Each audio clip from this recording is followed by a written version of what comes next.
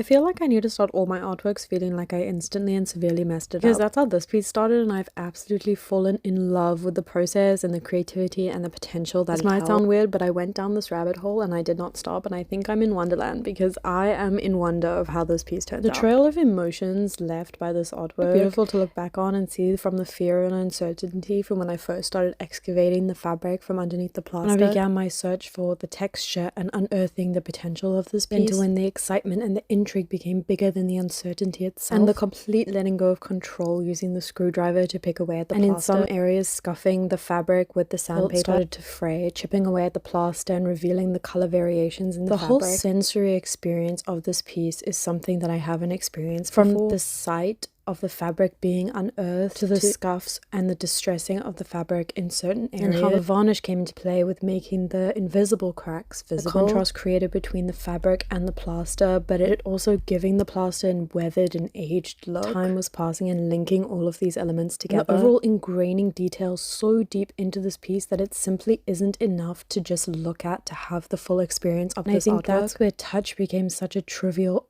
part of this work. It has been in some of my past works, but this felt like I was in a fully new direction, fully immersing into this artwork's potential, because honestly I don't think it's enough to just look at. The amount of time spent with my hands having touched and crafted this piece is a whole other experience. I do feel like others deserve to have that experience as well. I know this piece wasn't just meant to be looked at, because that only really gives you about 50% of the physical and emotional capabilities that this piece possesses. It was created to be touched and to be felt, for the viewer to experience the texture that has been dug and crafted and excavated and engraved into this piece. I really do feel like this piece has opened up a new dynamic and a new chapter in my career. The series has been absolutely amazing to make and to see my journey progress. So this is my first official artwork of 2026, and it is titled Uncensored.